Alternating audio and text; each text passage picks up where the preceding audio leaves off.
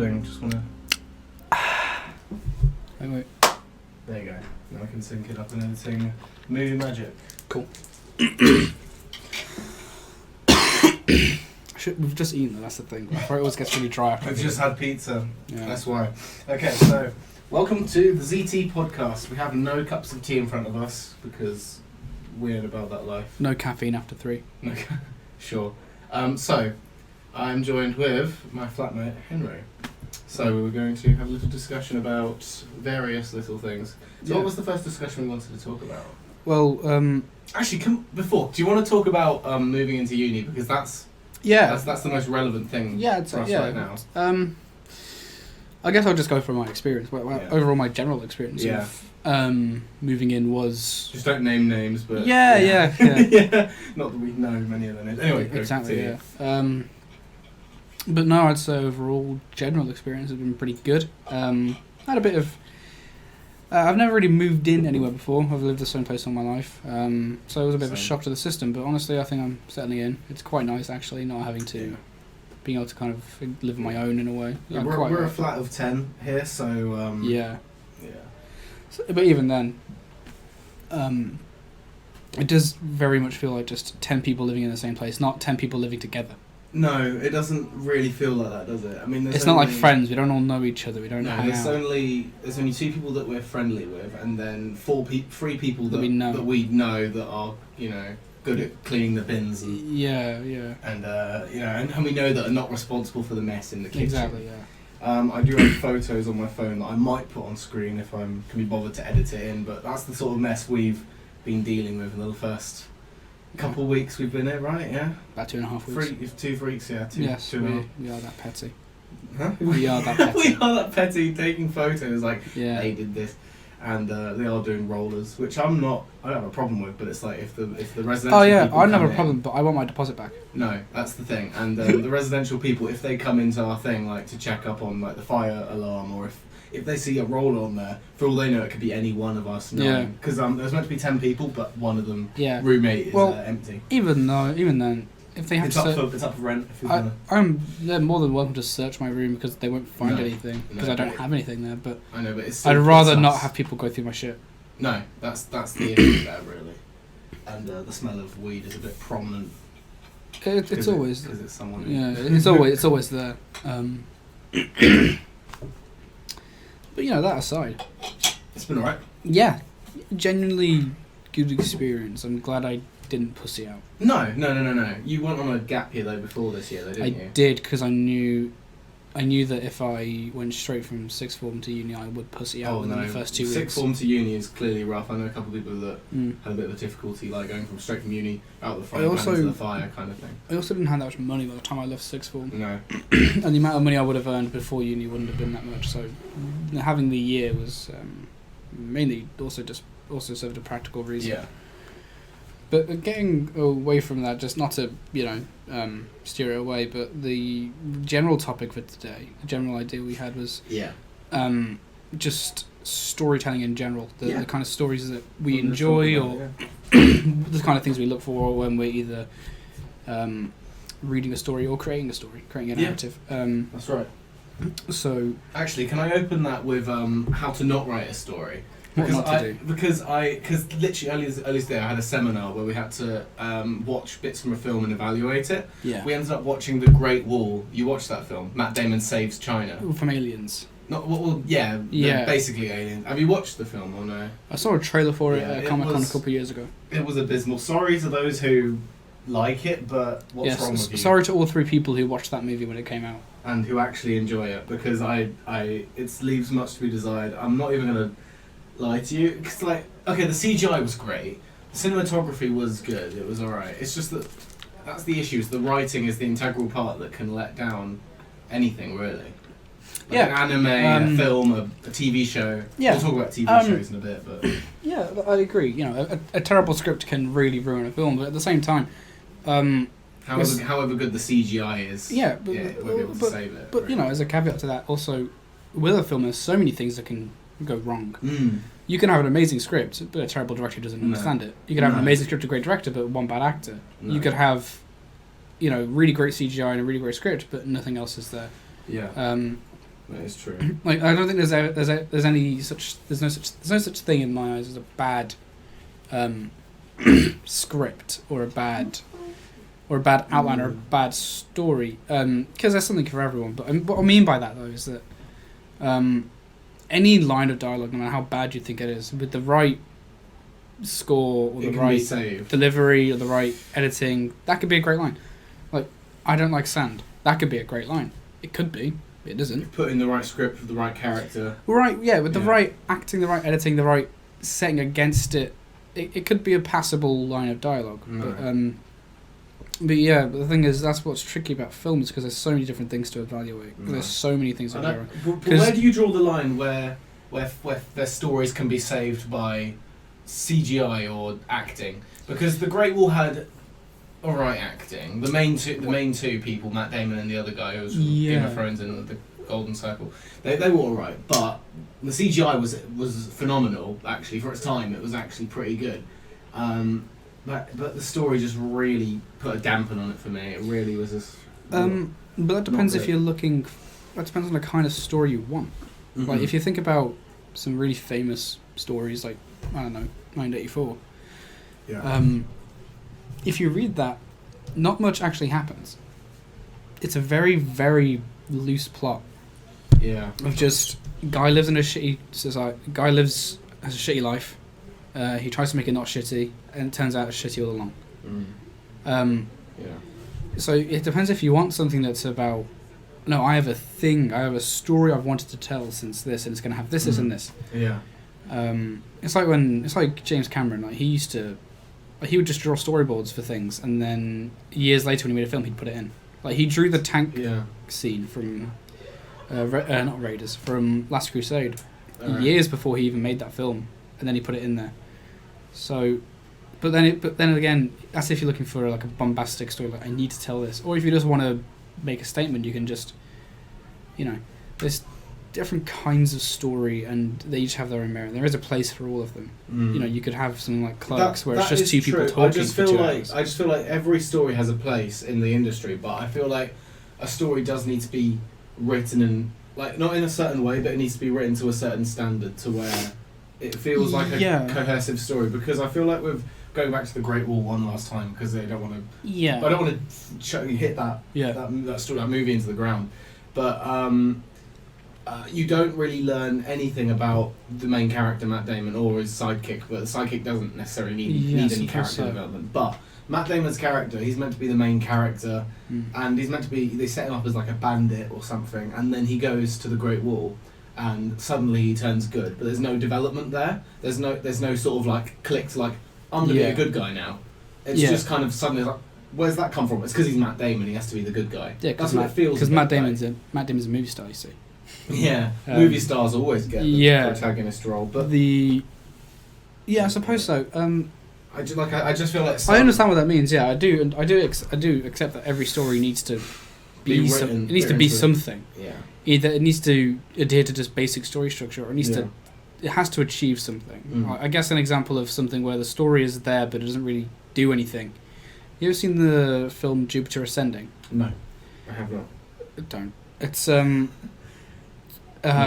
again, apologies to the 3 people who've watched Jupiter Ascending, but and enjoy it. If you don't like it, then you're gonna agree. Well, the story is like they build a world, they build this mythology and this whole like lore and backstory and all these characters and all these interesting, like, oh, I'm this race and oh, I'm from this planet and all that kind of stuff. Yeah. But the story doesn't have anything to say.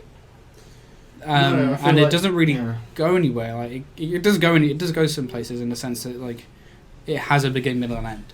Yeah. And that's pretty much where it stops. It's a lot of I guess it's a lot of decoration around it. No that's actual. It's a lot of dress up. I'm not sure if I should be drawing a comparison to what Jupiter. I forgot what it was called already. Jupiter Ascending. But the whole of empty promises being in writing, I feel like. I'm going to bring up a controversial topic here. Game of Thrones, the TV show. Have you watched Game of Thrones? I watched one episode. One episode, okay. Well, I'll just be brief here. So. I don't care about spoilers. You can go ahead. So basically, the show starts off obviously being this really, really amazing show with great character development and great drama, great twists and turns. And That's production value as well. Production value has always been the great. budget was there. That's the thing I liked about it. The production value is phenomenal. Acting is beautifully done all the way through. Directing, great. But it's the writing that lets it down towards the end, because obviously you know that the showrunners ran out of books to adapt. They had to make stuff up after season 6, but they had leftover stuff from the book 5 to be like, we can bleed that into season 6, which is why season 6 had a mixture of its own stuff and book stuff, which is why it was received so well. Season 7 was a bit of a Marmite season, and season 8 was just straight hated by 80% of the fans. I don't want to beat a dead horse and say I hate Game of Thrones, because I love the first 6 seasons of the show. 5 is a bit, but that's just because of the story in there.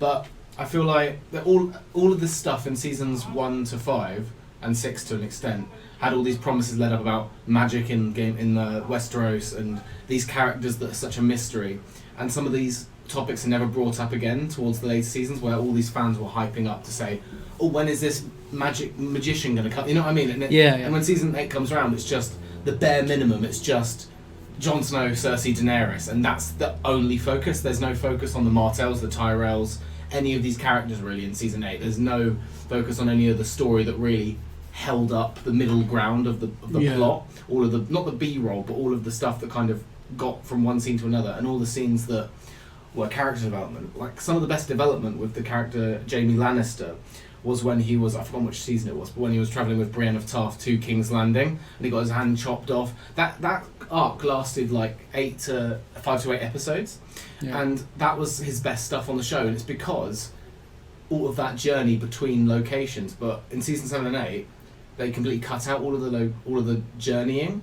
Like in episode 6 of season 7, there's an episode Beyond the Wall, I think it's called, and basically there's this bit where one guy runs to the wall from the White Walkers in like an hour or something stupid, even though it took them a day to walk there as a group.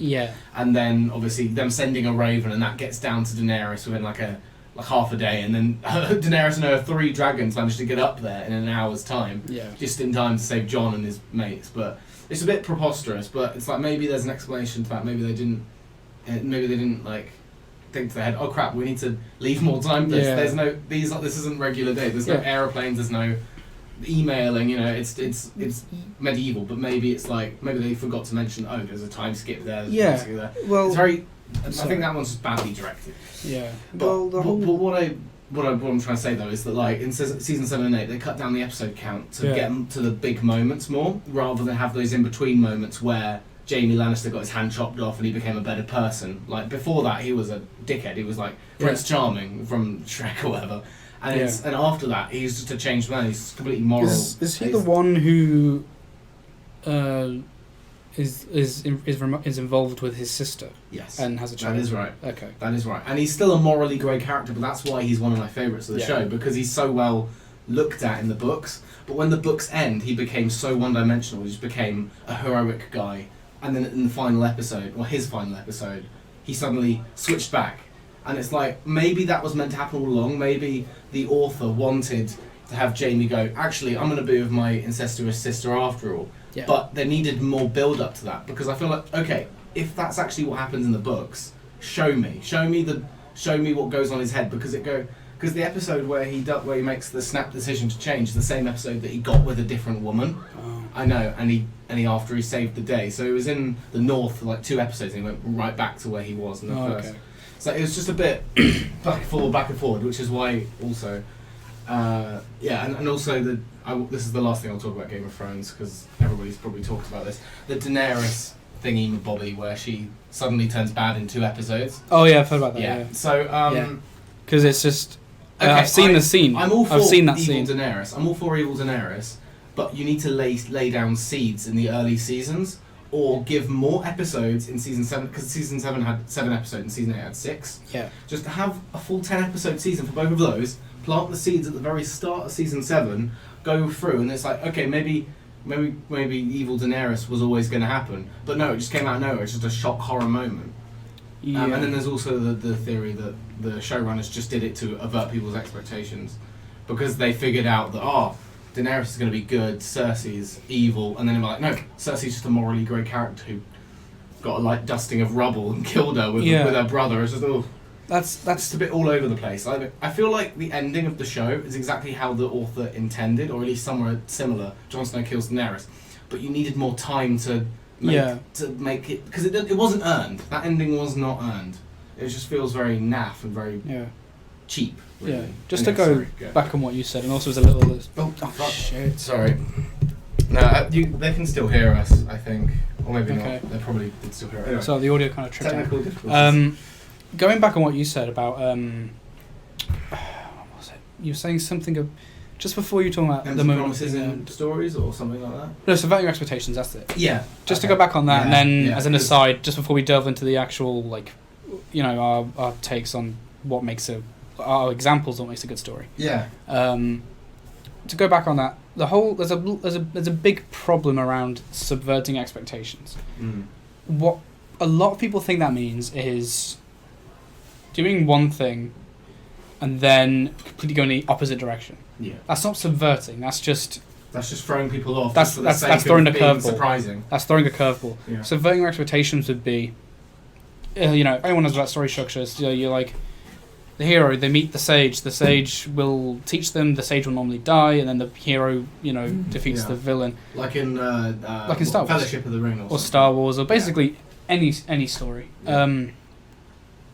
But subverting your expectations would be, I know it's going to go this way, because it always goes this way, and then changing it slightly.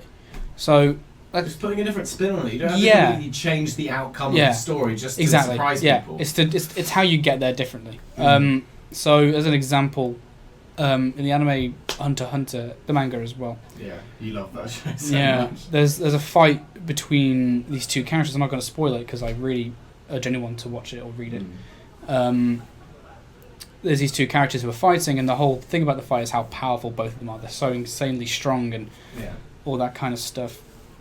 It gets to the point where one character essentially detonates themselves. They've got a bomb inside them. They blow themselves up. And obviously, because it's an anime, the other character is like, it's nothing, and he escapes fine, even though he's basically in the event horizon of a nuke. And so you think, okay, so that means they're gonna have to have an ass pull and make one character have a massive power up and be able to kill the guy. Yeah. No, the bomb actually, when it explodes, releases a poison. Because he can be as strong as he wants, but he can be as strong as he needs to be, but he still has to breathe. But of course he would. Of course, poison makes sense. That's subverting expectations, because you're expecting it to be a big blast of energy to kill him. That's right. But no, he breathes in some poison and he dies slowly. Yeah. And he realizes that almost instantly. He realizes he's going to die. Yeah. And that's when his character arc really comes into it. That's a different... Yeah. But I just want to say this. So that's a good example of actually subverting expectations in an actual productive way to actually further the plot. Yeah, because it's a dramatic event. Yeah. It's not just a curve. Because you still get... the villain still dies, and the heroes still win. Although if you actually know what I'm talking about, no one really wins in that story. But it's the way they get there. Yeah, it's different. It doesn't throw you a curveball. Yeah. It's not like. I guess one way to look at it would be if the Game of Thrones writers had done it. The other guy probably would have just got bored of the fight and maybe killed himself or something instead of being poisoned. Because they would be that's so shocking, you've never seen that whistle. Or just have someone that was in the show 2 seasons before and just come out of nowhere and shoot the guy. Yeah, that's what they think it is. That's what they think Subverting Expectations is, when in reality it isn't. It's really not. It's not changing the outcome, it's changing how you get to it. Yeah. Do you want to talk about, speaking of Subverting Expectations, as we're on this topic, before going on to best stories ever, do you want to talk about Last Jedi? Because that is a good example of subverting expectations. I would say so as well. In my opinion. Oh, okay. But I agree that they do it in a poor way, because Rian Johnson again doesn't really know how to subvert expectations, because he uses that term very loosely, and I don't really like when people misuse terms like that. No. But I really like Last Jedi. I like where it goes. I like what it does. Because I don't want the same Star Wars film every 2 years. No, that's the thing. Is that where do you class it as where do you draw the line? And this was not Star Wars, but at the end of the day, even then though, it's still Empire Strikes Back. Because think about it, it's dealing with the fallout. The protagonist goes and trains with an older one who's in hiding from an era we've already seen before. Yeah. And the same thing, because like Yoda and Obi-Wan failed to stop Anakin, the same way Luke failed to stop Kylo Ren. Supreme Leader Snoke is killed in his second appearance, much like Emperor Palpatine, because he only appeared in Empire and then Return of the Jedi. It's a much darker tone. So yeah, despite how different it is, it's still The Empire Strikes Back. Yeah, so all the arguments saying, Force Awakens is just A New Hope, is like, yeah, but Last Jedi, It's just Strikes Back. For Exactly. all of its faults, it is still, yeah. But I do really enjoy Last Jedi. There are parts of it I don't like, but there are parts of every film I don't like. Yeah. You know, I feel like that whole section on the casino planet, or whatever it was, bollocks, that didn't really need to be there. No. I like certain characters. I don't like the. Don't like Rose, in my opinion. I don't mind her. I think I'm more on her side ever since the fans like bullied her off social media and like maybe. That was not called for. But that kind of stuff really makes me like denounce certain fandoms and say I would not say I'm a Star Wars. Every fandom has a toxic side. Yeah, to it, I would not say now that I'm a Star Wars fan. No, Before the last me neither. I never. Really at the time I would have said like, yeah, I'm a fan of Star Wars, but now it's just like I like Star Wars when it is Same good. Here. Same here. But yeah, I do think Last Jedi gets a lot of stuff right. Purely because it is something. It's not that boldly different, but it's No, it's not boldly different, but I feel like the stuff it does is very ballsy. It changes enough for me to stay interested. And then like... I saw the trailer for what's it called, the fucking Rise of Skywalker. Oh yeah. Like the biggest course correction I've probably ever seen, and Star Wars is dead to me now because I was really excited for this kind of new thing they were going for. Where they were changing things like, I like the way Last Jedi is going, and then they're like, no, let's forget it. Let's just rely on nostalgia again. Yeah. Let's just bring the Emperor back. I feel like that's a bit of a cop-out. It's like, what worked in the previous trilogy? What got us money? Oh, what these iconic characters. Let's bring the iconic characters back. And also, rather than make new ones. Yeah, you know? Especially if you're killing off Luke and Han. Yeah. You're like, if you're going to kill off all the iconic, you can't rely on the iconic characters from the old trilogy. You've got to start making new ones. But on the other hand, I can kind of see what J.J. Abrams might be trying to say. As much as I don't dislike J.J. Abrams. I'm really indifferent to him. I think in his career he's made 3 good films, but 3 ones that I enjoy anyway. Not to be objective. I think like I fucking know better than J.J. Abrams. No, it's just I'm the best director of the films I've seen of his. There are only 3 that I genuinely like. No, that's fair. But my thing is I can see what you might be getting at. You might be able to get this. You might be trying to say this thing that like the Empire's eternal, so Palpatine's going to be the villain for all those trilogies. I get that might be what he's trying to get at. Yeah. But there's nothing there to interest me. There's nothing there that I care for. What I gotta say though, so Last Jedi, so I feel like the Rey's parents was a stupid decision to have Rey's parents be nobody, even though they led up for her parents to be a mystery in Force Awakens. Yeah. I feel like if they wanted Rey's parents to really be nobodies, have them build up her parents to be amazing, and then go, no, they're nobodies in the same film. So that's rather than have. I'd argue that should be, if you are going to build up to them being nobodies, which I liked. I didn't mind that because I'm sick of the whole. No, me too. I don't like Star Wars being. You should have just done it in the same film to be like, I don't like how rampant nepotism is in the Star Wars universe, where you can only be important if related to someone. It's kind of weird. It's a weird message to give across. Which is why it's good they didn't do. And I did like the nobodies thing, but I do agree that there should have been more of a build-up. That could have been a 3rd film. That could have been a climax, episode. Yeah, your parents were 9 scum or whatever, right? Yeah, that could have been a really good episode 9 reveal. Like in the climax where she finds out the truth about her parents. Either do it, and then it's at that point when she realizes, I'm not being guided by destiny or anything. I'm not destined to be great. I'm doing this because I am. Yeah. It's not like a predestined thing. Let me just correct what I said. So have it. Have the reveal that they're nobodies in the same film that you build it up as, or leave it as a big mystery until the final film in the trilogy at the very end and have it be the ultimate climax, because Rey is ultimately the main character of this trilogy. Is, definitely. Like, there's no denying that. Whether you love her or hate her, she is the protagonist of this trilogy. I like her. Yeah. I'm indifferent to her after Last Jedi, but she was a bit naff when she was with Luke.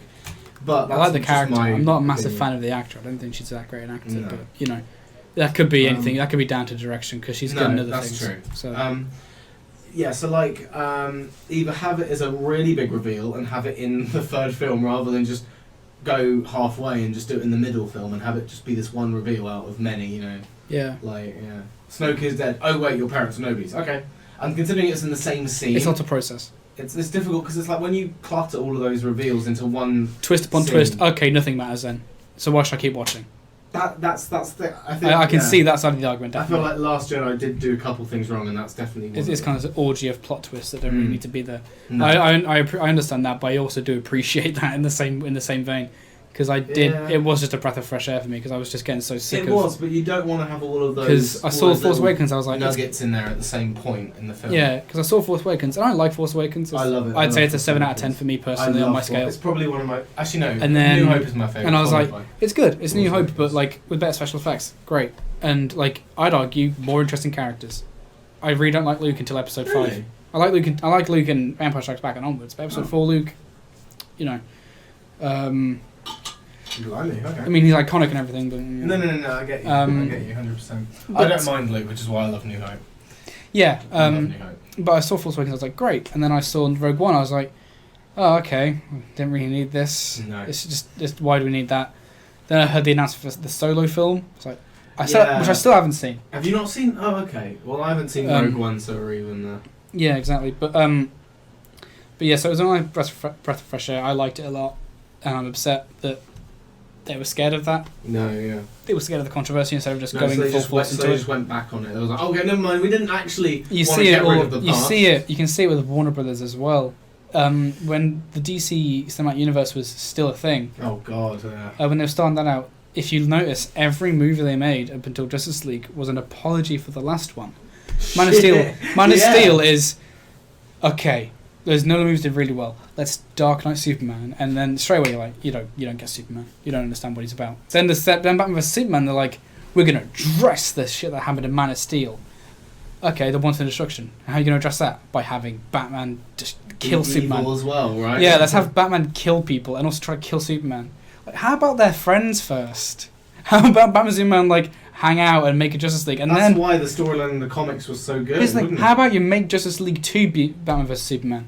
It means more if they're friends first. I've said this before, not on the podcast. It's the very first one, but have it be have the death of Superman be not the second film That's the second film he's in. Like seriously, you need to build. I wasn't sad when he died because he wasn't likable. Because in that same movie, he kills an African warlord. He's more likable than Justice League, but that's after he's been brought back, and you can relate to him because there's been a it was amazing for me as well because, so they apologised to Man of Steel with BVS and did that poorly. Then in the Suicide Squad, that was going to be dark and gritty as well. If you see you watch the first trailer for it, and then compare it to the final trailer, and then compare it to the film. Yeah. They're three very different things. Different animals, very different. And I think there's a place for both versions, the gritty one and the campy like neon kind of thing. I think the neon one had a better aesthetic to it, 100%. I'm glad they didn't just go for dark and dingy because that's used to death. And Fan Four Stick definitely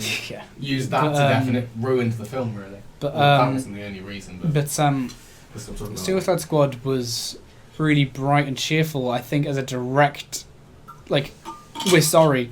We're sorry for yet another DCEU film. This one will be happy. And it's annoying because it's one of the ones I actually like the most. Suicide Squad? Really? Wonder Woman, Aquaman, Suicide Squad, everything else. Oh, okay. Aquaman, I'm glad you like Aquaman because people love to hate it just because it's a DCEU film. It's fine. It's something we haven't seen before. If this movie came out 10 years ago, I'd think really enjoyed it. I'm not even no, it's good. It's just, I'm thinking if it came out like 5 years ago, it would have been even better. In the sense that, like, at this point now, we've seen it so many fucking times. Because it's in the same vein of films as Wonder Woman and all these other origin films that are coming out at that time. That's why it got pushed to the back burner.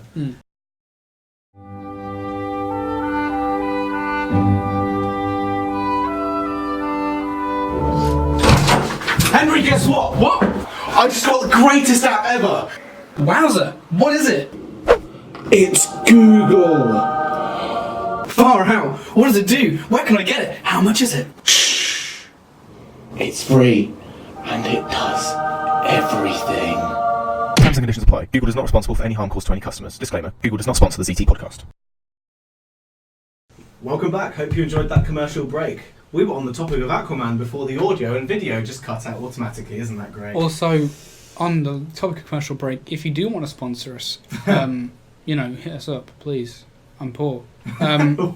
We're uni students. Very, very poor. We're filming this in my fucking room, if you couldn't guess. Yeah. By the lovely poster. I'm bouncing against a desk and a radiator. Yeah. Anyway. So yeah, we'll quickly touch on Aquaman since you already did. The topic I was but just to breeze over that, my thoughts were it was fine. I liked it. But my barometer for superhero movies was always pre-Spider-Man 2 and post-Spider-Man 2. So until Iron Man came out, fixed them. It was, would this movie be considered good before Spider-Man 2 came out? So like in a post-Spider-Man 2 world, would that movie be great? And then now it's post-Iron Man. So like post-Iron Man, I'd say I've liked maybe less than half of every comic movie that's come out since then. Is that just Marvel or DC that's as well? That's all of them. Everything, okay. All of them. Got you. Because with the MCU, people say it's formulaic, and it is. Yeah. I mean, it's a whole topic in of itself. It's a big. That could be a whole episode, but just to touch on it briefly. Yeah. The criticism is it's formulaic. I agree. It's formulaic. Yeah. We should do a whole topic on superhero films. Certainly. Yeah. But anyway, so like. It's formulaic, but I think formulas are good. It's tried and tested. It is. When you go to see an MCU film, it's going to be at least the very bare minimum enjoyable. But the thing building with on that, superhero films is that it has a set formula no matter what. Either the superhero film is an origin story film and has a set formula as a beginning, middle, end, or it's a sequel, or it's a crossover. Yeah, or it's a Spider-Man 2 situation, and every superhero film that isn't an origin film has followed the same formula as Spider-Man 2. Let's be fair. Pretty much. But Spider-Man 2 is just the quintessential sequel, which is everything from the first one. Good.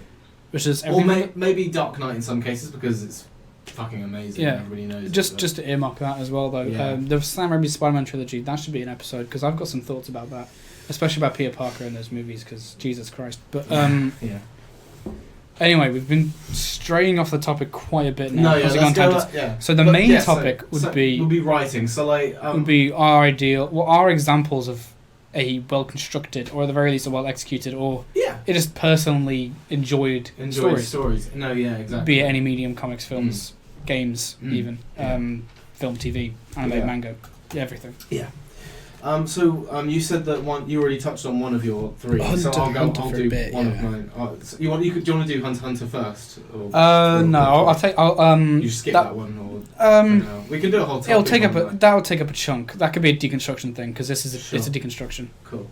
I think one of the best stories that's ever been written in terms of like how it's structured in a film would have to be the Edgar Wright film World's End. People don't really give it enough credit for how well written it is story-wise because have you watched it, by the way, or no? I've heard of it. Okay, you've heard of it. I've heard that it's the least popular one. Yeah, that's what I've heard about. It's still I love it, and it's my favourite out of the three. Probably my favourite film. Was my favourite film of all time for a long time. Basically, it's about these five middle-aged guys who went back to their hometown to do a pub crawl that they didn't finish when they were 20. Oh, nice. 18 or So they're facing 40, and this one guy who's hot-headed is like, we gotta finish this. We gotta finish this pub crawl. Yeah. So they all go back to the hometown, and all of a sudden they start to realise that the town isn't the same. All these pubs have been refurbished, and all the people are acting really weird. None of them remember who they are. Yeah. And as it goes along, it gets more and more strange, and the townsfolk get more and more interested, and they keep catching the townsfolk looking at them. Yeah. And as it turns out, the townsfolk has actually been taken over by a alien robot entity, a hive mind, and all of the people in there has been replaced as alien robots. And so like body snatchers kind of stuff. Yeah, kind of. So it's meant to be. Apparently, the network, it was called, voiced by the same person who played Mr. Smith from Sarah Jane's Adventures. Dr. Same voice. Brian Armstrong. I think Alexander Armstrong. Alexander, yeah. So that was cool. He's a good actor, but he's voice acted this. I am the network, and the idea was that it's this alien like entity that has been guiding humanity for technological advances like smartphones, computers. Yeah. Cars, the whole shebang has been them really. Yeah. or at least electronic cars. All the stuff from the from 2000s onwards has been them. That's why electronics have surged forward. Yeah. And productivity has grown and all that. Okay. So that's the idea, and these 5 wasted wankers find this out, and when they're drunk on their pub crawl, because they're like, wait, this wasn't our hometown, and they end up shutting down the system, and it's a weird ending, but I think it's really good though, because it really draws a grey line as to what society is without electronics and how people act after what we rely on, like laptops and phones, go. And it's like it's like a time skip at the end after they sort out and they defeat the bad guy, as it were, because every story needs to have a bad guy or a conflict to compel the story not forward. necessarily a bad guy. Every story needs conflict, because I feel like the network is more of a conflict, because the network doesn't actively want to cause harm to the human race. They're just trying to. It's an obstacle. It's an obstacle, and the network want to basically obtain. They want to have control over the human race and Earth, so they. Make them less aware of their surroundings and more glued to internet, and not internet, but you know what I mean.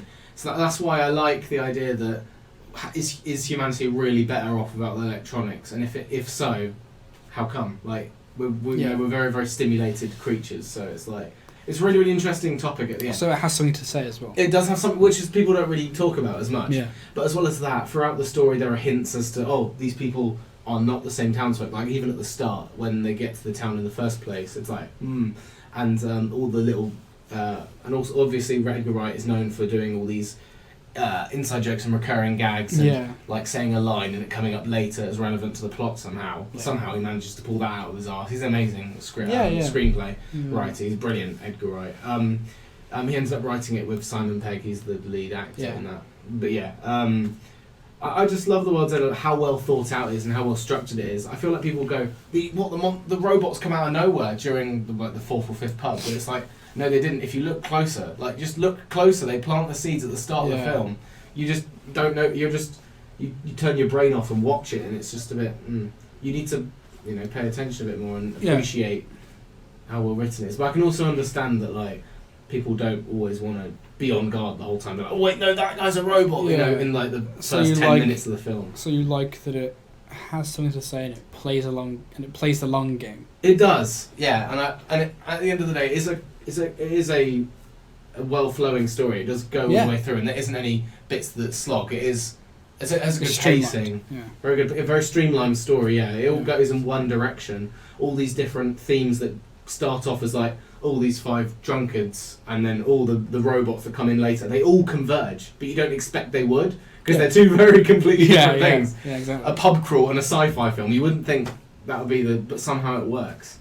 Pub crawl film and a sci-fi, I just feel like it's so well written. Yeah. Yeah. Even though it's not like a novel that's written to adapt to film. I think it's just my list up as well. Alright, sweet. I've got a list. Yeah, that's pretty much all I got to say. I think, and as well as that, the World's End. Each of the pub names, I want to point a cute little thing. Each of the pub names have their own. So the first post being the first pub, the Old Familiar being obviously Deja Vu, the famous Cock being the one where Gary, actually the main character, got kicked out back in the day, and he's the famous Cock.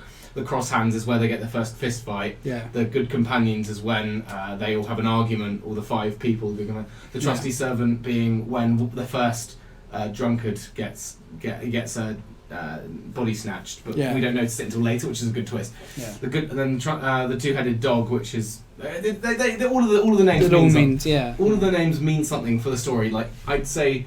If it were that way, the film has 13 acts to the story, 14 acts to the story. Yeah. The 12 pubs plus the time skip at the end and the setup at the start. I'd say it has 14 acts because of how well planned out it is. This pub they've got this and that pub, and it all syncs up together in its own little.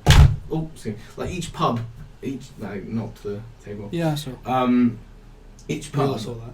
I know, I'm professional. Each of the pub, if you took out a snippet of the Cross Hands, the 4th pub where they have a fight, that can be its own short film, if you know what I mean. It kind of works in its own way, and it's all slotted together like a perfect jigsaw puzzle. Anyway, sorry, so you've got stuff to say now. I've got my list. Talk.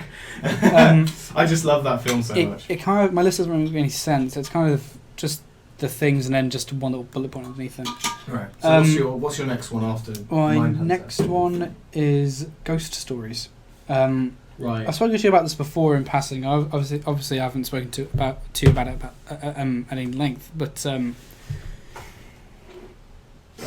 minor spoilers for ghost stories. Yeah. So skip to this time. Yeah, timestamp it. I'll timestamp it. Yeah. Spoilers for ghost stories. The general outline of the plot, without giving too much away, is there's this guy who goes around debunking psychics and ghost sightings and paranormal things. So already I really like the guy because I agree with half. Because he's a skeptic like everyone else in this world. He's a skeptic like me. A lot of people can relate to that. But he goes around, and then the guy who inspired him to do that when he was a little kid reaches out to him. People thought this guy had been dead for years, but he'd been missing and they never found him. Yeah.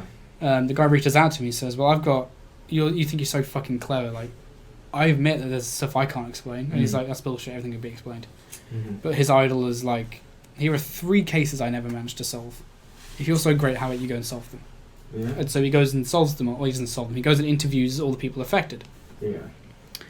And for the most part, it's quite, it's just, until the last 20 minutes, it's just people talking and nothing actually happening. Right. It's a very internal kind of drama. Okay. In the sense that all the conflict and all the drama and all the tension comes from the main character's reactions and the main character's journey in relation to the other characters. That's sometimes better, especially if it's a character that's well set up and it's like, you should relate to this character because X, Y, Z. Yeah. The first person he sees is the guy in a pub. The pub's called the 10th number. That becomes important at the end. It's in a very similar way to how your pubs relate to parts of the story. Yeah. That's actually what brought me onto this. I thought that'd be the most relevant because I've got a list of like 7 on there. Yeah, but I was going to limit myself to 3. Sure. But I figured since we're on that topic of hints and clues and that kind of stuff, this is another example of clues being paid off. Yeah, and that's the thing, is that it's clues that seemingly are unrelated. Somehow seems like it does catch off guard though, because the 10th number is a strange name for a pub. Hold on, 10th number, that's a strange name for a pub. So you're already kind of like, strange. Anyway, it's a village pub. They've all got weird names, really.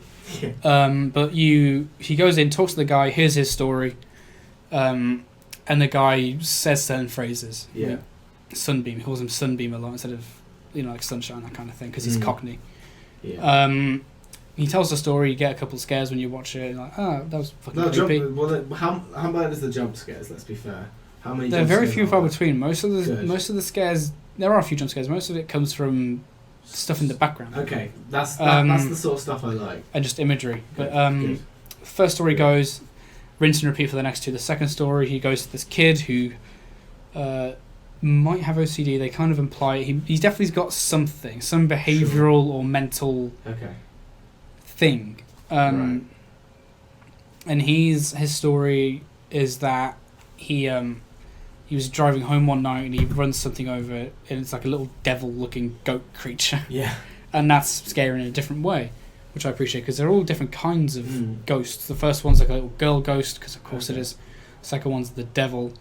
And in the third and final one, he meets this like really posh guy who lives in the country with this big mansion. And he's like, he's like the kind of rich and posh where like he's subtly racist, because the main character is Jewish and he says like weird things about Jewish people. It is all intentional. It's not meant to just like, it's not accidental. Not just there to the character is written to be that racist. way. Okay, yeah. It's because there are people like that. It's very realistic, but and his story is very different. His story is about a poltergeist and that kind of thing.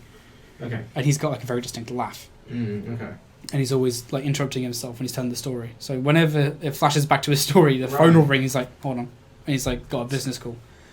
And that also comes into play later. Oh, okay. His story ends and he shoots himself in front of the guy. Oh.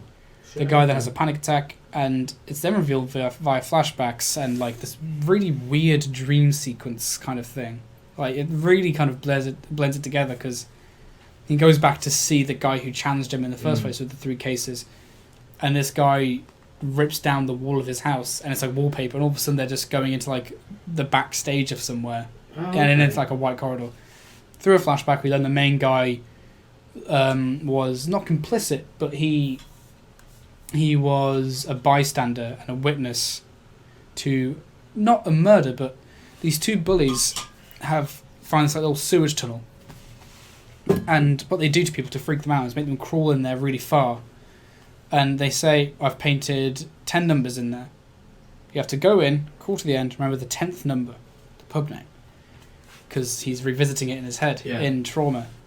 So that's where the pub name comes from, because he's remembering all these things from his trauma and he's placing them into his little fantasy. Like a weird connection. That's yeah, because it's revealed at the end he's in a coma. Really? He's been in a coma the entire time. Right. But he's like, you have to go in and just see the 10th number.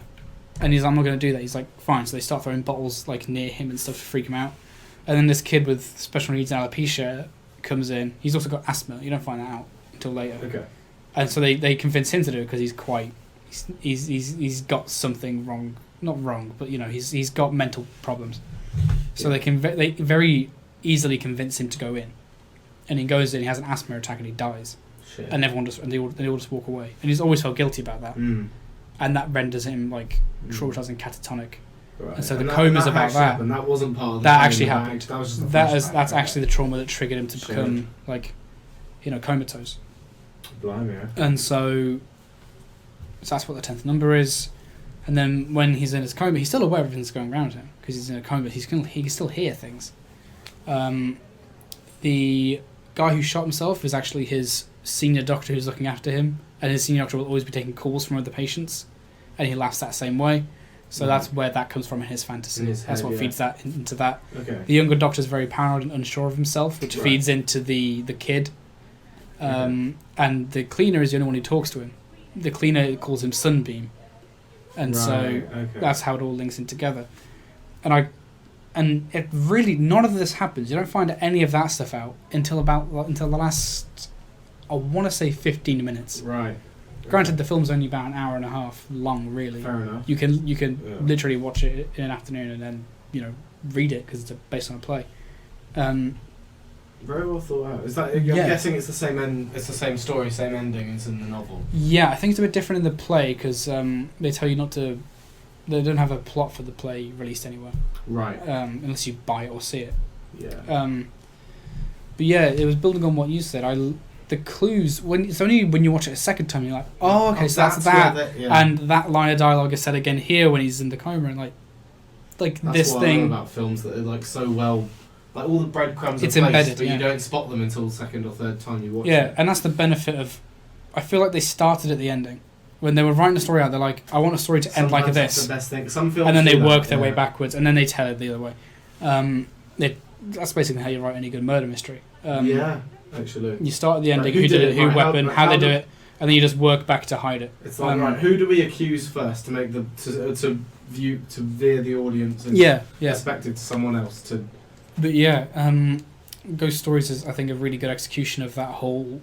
It was there all along, you just didn't notice it thing. No. It's also one of the few times I like and it was a dream all along kind of endings. I normally hate that shit. If all of the breadcrumbs were placed there to lead up to that ending in the first place, then clearly the ending was earned because they thought of the ending at the start. He's hallucinating throughout the entire film as well, so you're already kind of like, maybe this isn't... Maybe some of this ain't real, yeah. Yeah, exactly. It's like, is he a reliable protagonist to look through?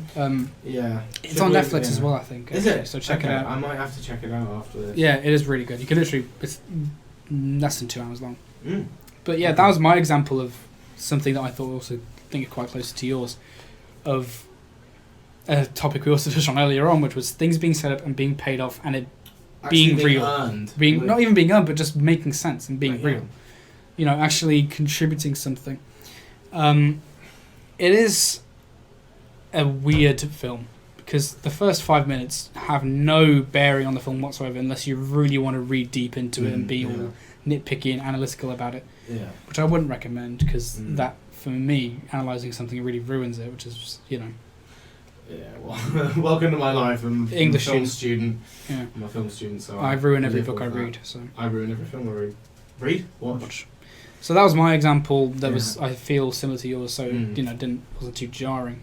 So I guess it's your turn now for what you would also consider as a different kind of well-executed story. Yeah. So I just want to, continuing on the topic about horror films, spooky season. It's November. It's October. October 10th. So we're deep in this month now. So I want to talk about the film Get Out. Have you watched it? Yes. Jordan Peele's. You've watched it. Okay. Very good. Excellent. So obviously there are breadcrumbs in there, but not for the plot mostly. Sometimes. Yeah. Because there are obviously there's the whole racist undertones.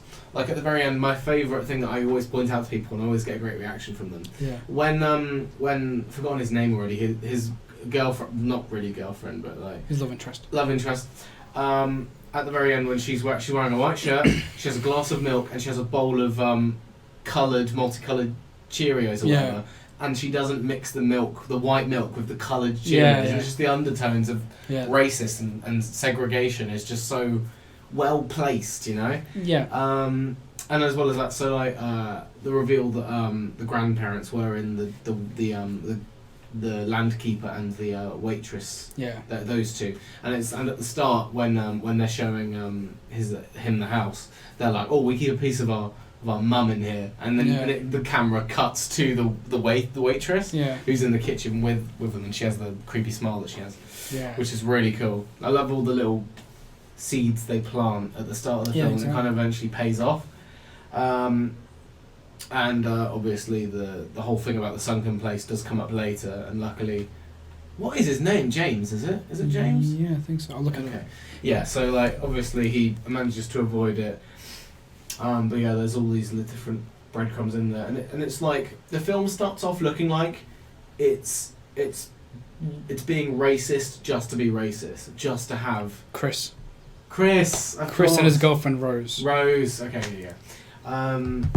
So like the film looks like the film's just being racist to make a statement about the society and how older white males still call black people N-words. Yeah. You know, even though us youths know that it's not okay to do that now, you know. Yeah. And it never really was, but you know, I mean, that's how they grew up, you know, when they...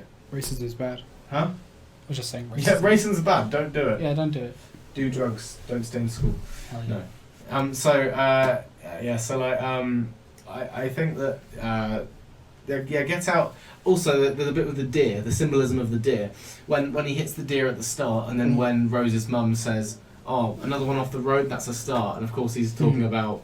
Yeah. He's talking about black people, which is it all. Yeah. Oh, it's just so well thought out. The whole script is so tightly packed with little gems in there. Yeah, well, Jordan Peele's a comedian, first and foremost. Yeah. He was a comedian for years. I love Key and Peele. And comedians tend to be very, very smart writers. Oh, yeah. Because they know how jokes work and how to make them work.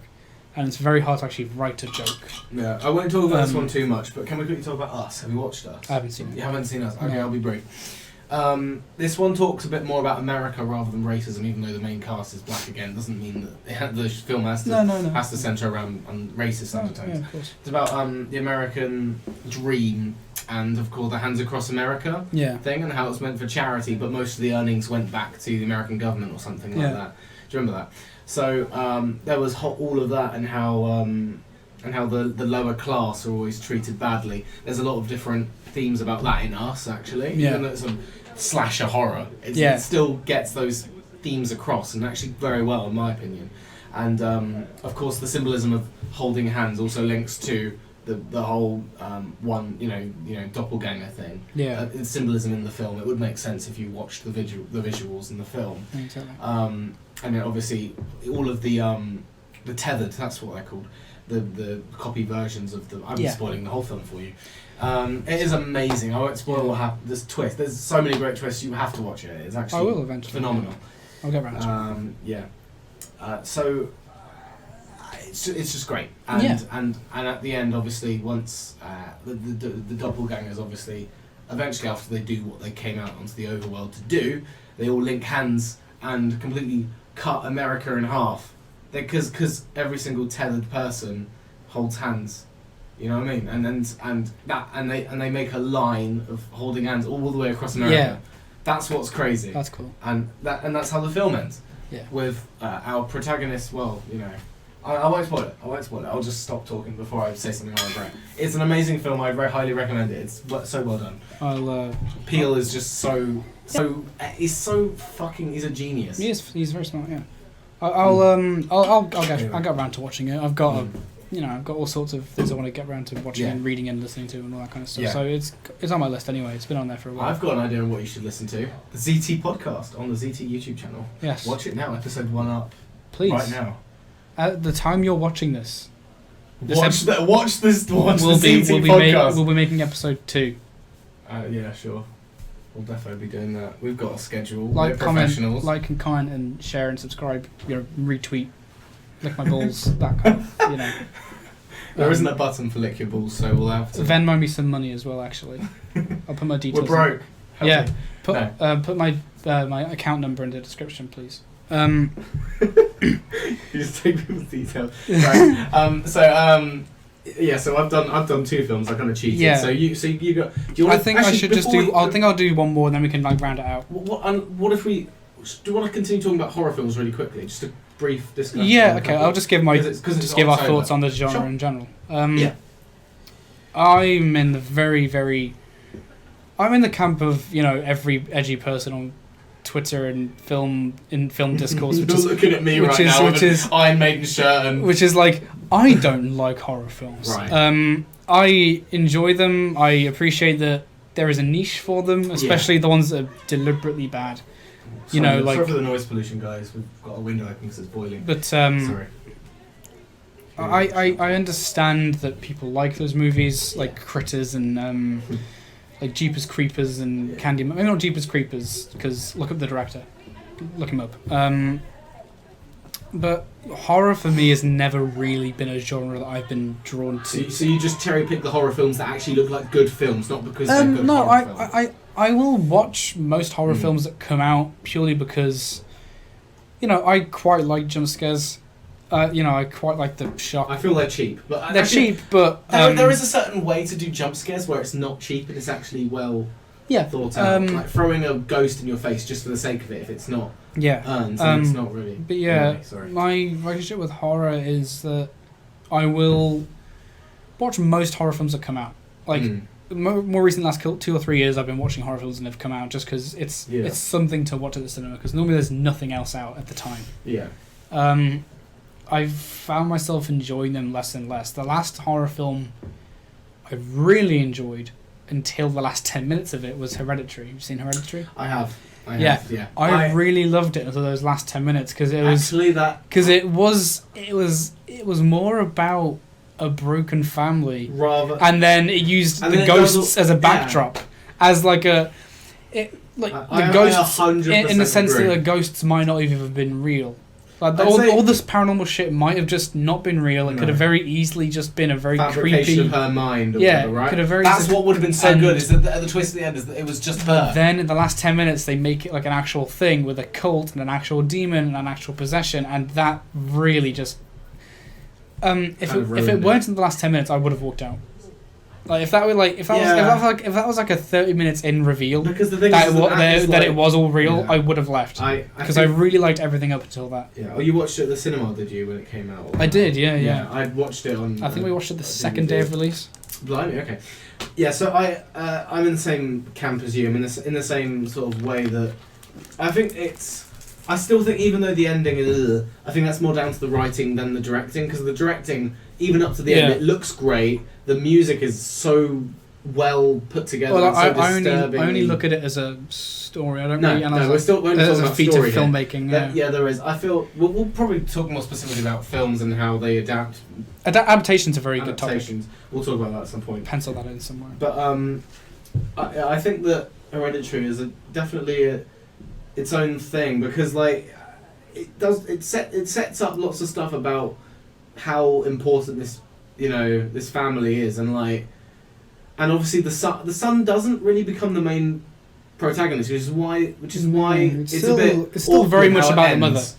Which is why it's a bit awkward how it ends, because the son suddenly becomes the full focus and he's running away from his mum. Like, this is what the film was leading to the whole time, even though it wasn't.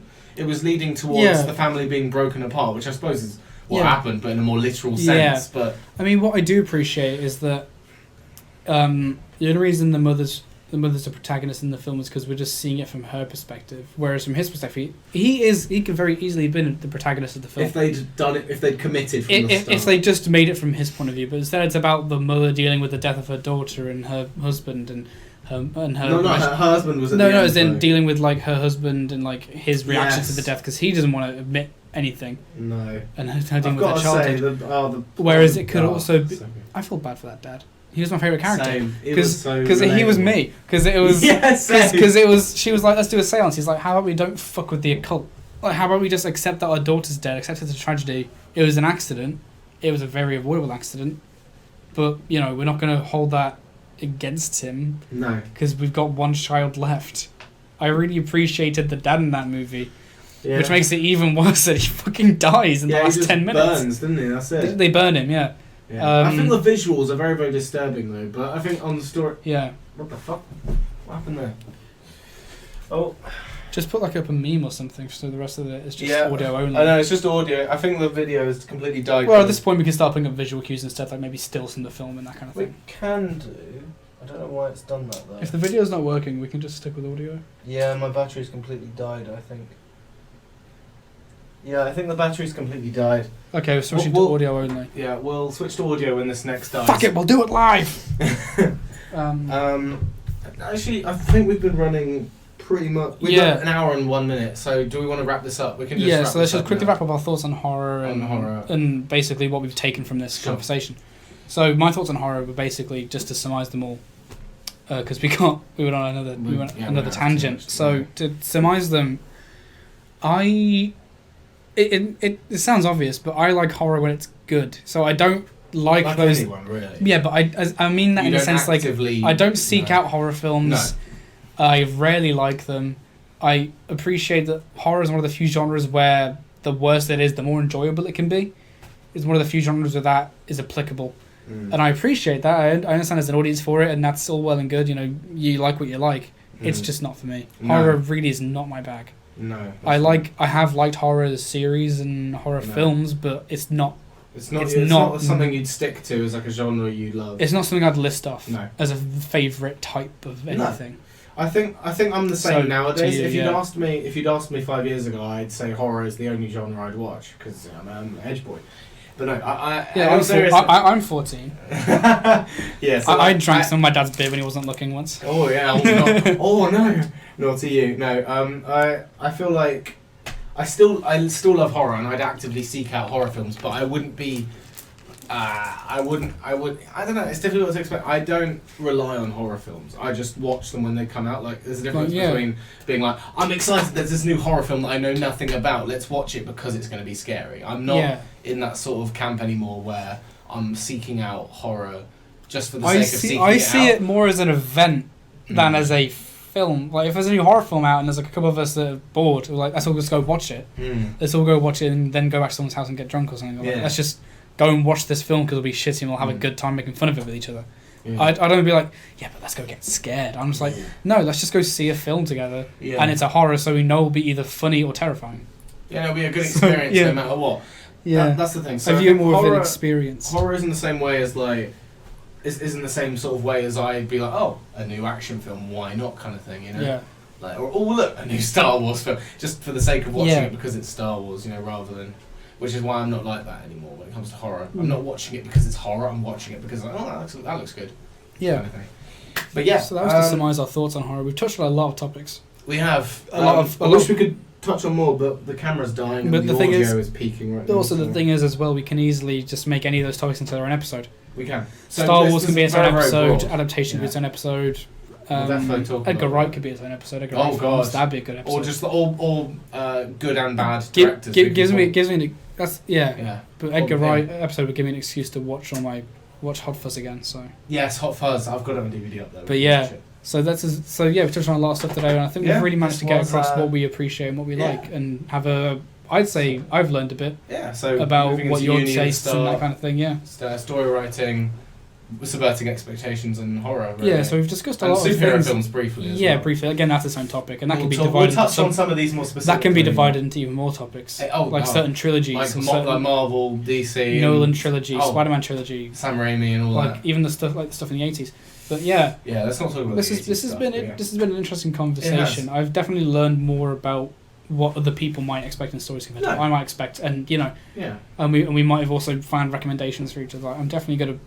Us is definitely going higher up on my list. You have to. No, you do absolutely have to. Yeah. Even though I've spoiled a little bit in there, it's Yeah. not. I haven't spoiled. I will the probably main forget bits that of by the it. time I watch it. Yeah, you do need to watch us and Hot Fuzz again, which is good.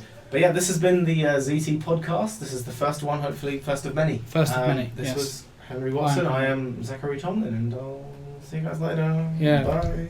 Yes, an hour and 5. We've been going on. Yeah, it's been quite a while. It's been quite a while. So yeah. To be Thanks fair, for I think that's watching. a good one. Thank you. Thanks for sticking for the whole hour. Yeah. If you have. If you Because have. Jesus. Yeah, sorry for all the technical issues. Hopefully there won't be as many next time. Yeah. Bye bye. We will streamline it. Yeah, hopefully. Yeah, that's my job. Right, bye. Bye.